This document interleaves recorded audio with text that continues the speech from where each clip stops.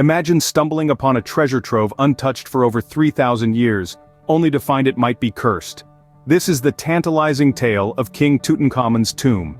The year was 1922, a year that would forever be etched in the annals of archaeology. British archaeologist Howard Carter, after years of relentless searching, finally unveiled the resting place of the boy king, Tutankhamun. It was a discovery that sent ripples of excitement and wonder around the globe. Nestled beneath the Egyptian sands, the tomb was a time capsule, a window into an ancient civilization that had long since faded into the mists of time. The tomb held remarkable treasures, a testament to the grandeur and opulence of the pharaoh's reign. But as the world would soon learn, this magnificent discovery might have carried a dire consequence. But was this magnificent discovery worth the price that was to be paid? What if a single mosquito bite could trigger a chain of events that would fuel one of history's most infamous curses? Imagine, a man of wealth and influence, Lord Carnarvon, bankrolling the excavation of King Tut's tomb, only to meet an untimely end. It was a mosquito bite, a seemingly insignificant prick, that began a chain of unfortunate events. This mundane incident led to an infection, and within weeks, Lord Carnarvon was no more. A simple mosquito bite, turning deadly, sparked whispers of a curse. The news of Carnarvon's death spread like wildfire. The media, ever hungry for a sensational tale, latched onto the story. The rumor of a curse began to circulate, adding a layer of mystery and intrigue to the already fascinating discovery. The narrative was irresistible. A wealthy patron, an ancient tomb, a mysterious death. It was a story made for the headlines. The supposed curse was not simply a tale of retribution. It was an ominous warning, a deterrent to those who would dare disturb the final resting place of a pharaoh. The rumor suggested that the pharaoh's wrath was not limited to those who physically entered the tomb, but extended to anyone associated with the desecration. The curse, it was said, respected neither rank nor status. Yet it's worth noting the timing of this alleged curse. The death of Lord Carnarvon occurred at the height of Egyptomania, a period of intense public interest in ancient Egypt. The discovery of King Tut's tomb by Howard Carter had captivated the world, and the media was eager to keep the story alive. The curse provided the perfect narrative, a macabre twist to keep audiences enthralled. So was this truly a curse, or simply a case of coincidence and opportunistic storytelling? Was Carnarvon's death the result of a disturbed pharaoh's wrath, or simply an unfortunate outcome of a neglected mosquito bite? Was this a mere coincidence, or was it the wrath of a disturbed pharaoh?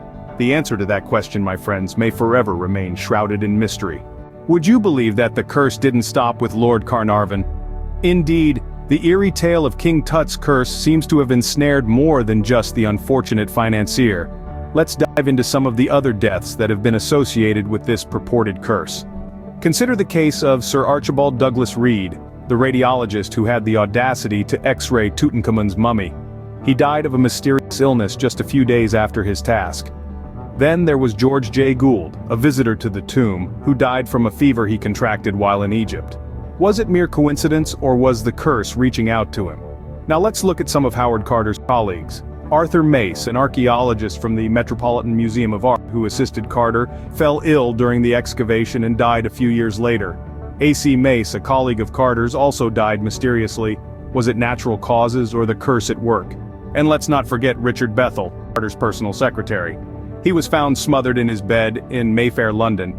His father, Lord Westbury, committed suicide by jumping from his 7th-story apartment. In his suicide note, he wrote of the curse and claimed it had wreaked havoc on his family. It's important to note that the media played a significant role in sensationalizing these deaths. Each untimely demise was treated as an affirmation of the curse, further fueling public fascination and fear. The press was quick to link any death, no matter how tenuous the connection, to the curse of King Tut.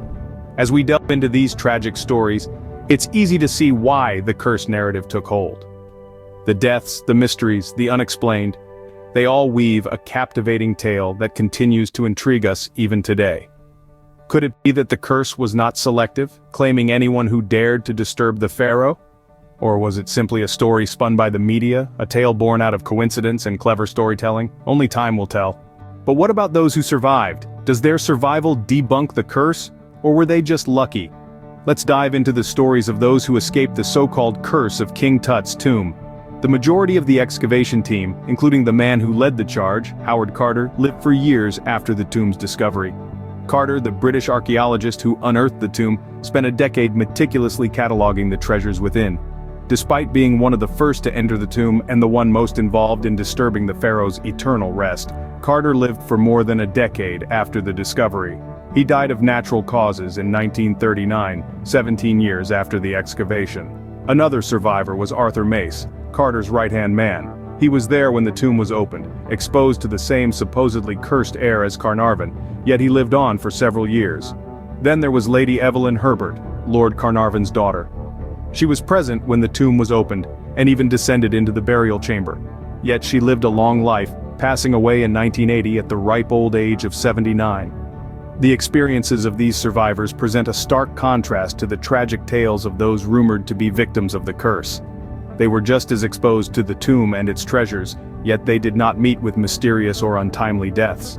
Some might argue that they were merely lucky, while others might suggest that their survival proves the curse was nothing more than a figment of the public's imagination.